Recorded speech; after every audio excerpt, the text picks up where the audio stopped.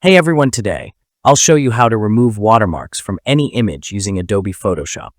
First, make sure that you have added the image to Photoshop from that you want to remove the watermark. Start by pressing Ctrl+J to create a copy of your photo. I'll name this new layer Remove Watermark. Next, go to Select and choose Color Range. From the drop-down, select Sampled Colors.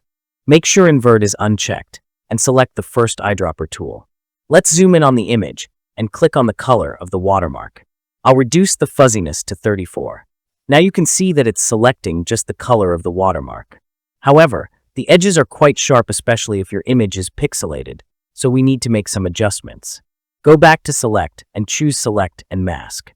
I'll set the radius to 60 pixels, feather to 2 pixels, contrast to 70%, and shift the edge to 30%.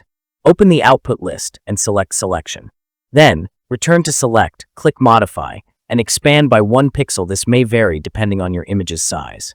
Next, go to Edit and select Fill. From the Contents drop-down, choose Content Aware.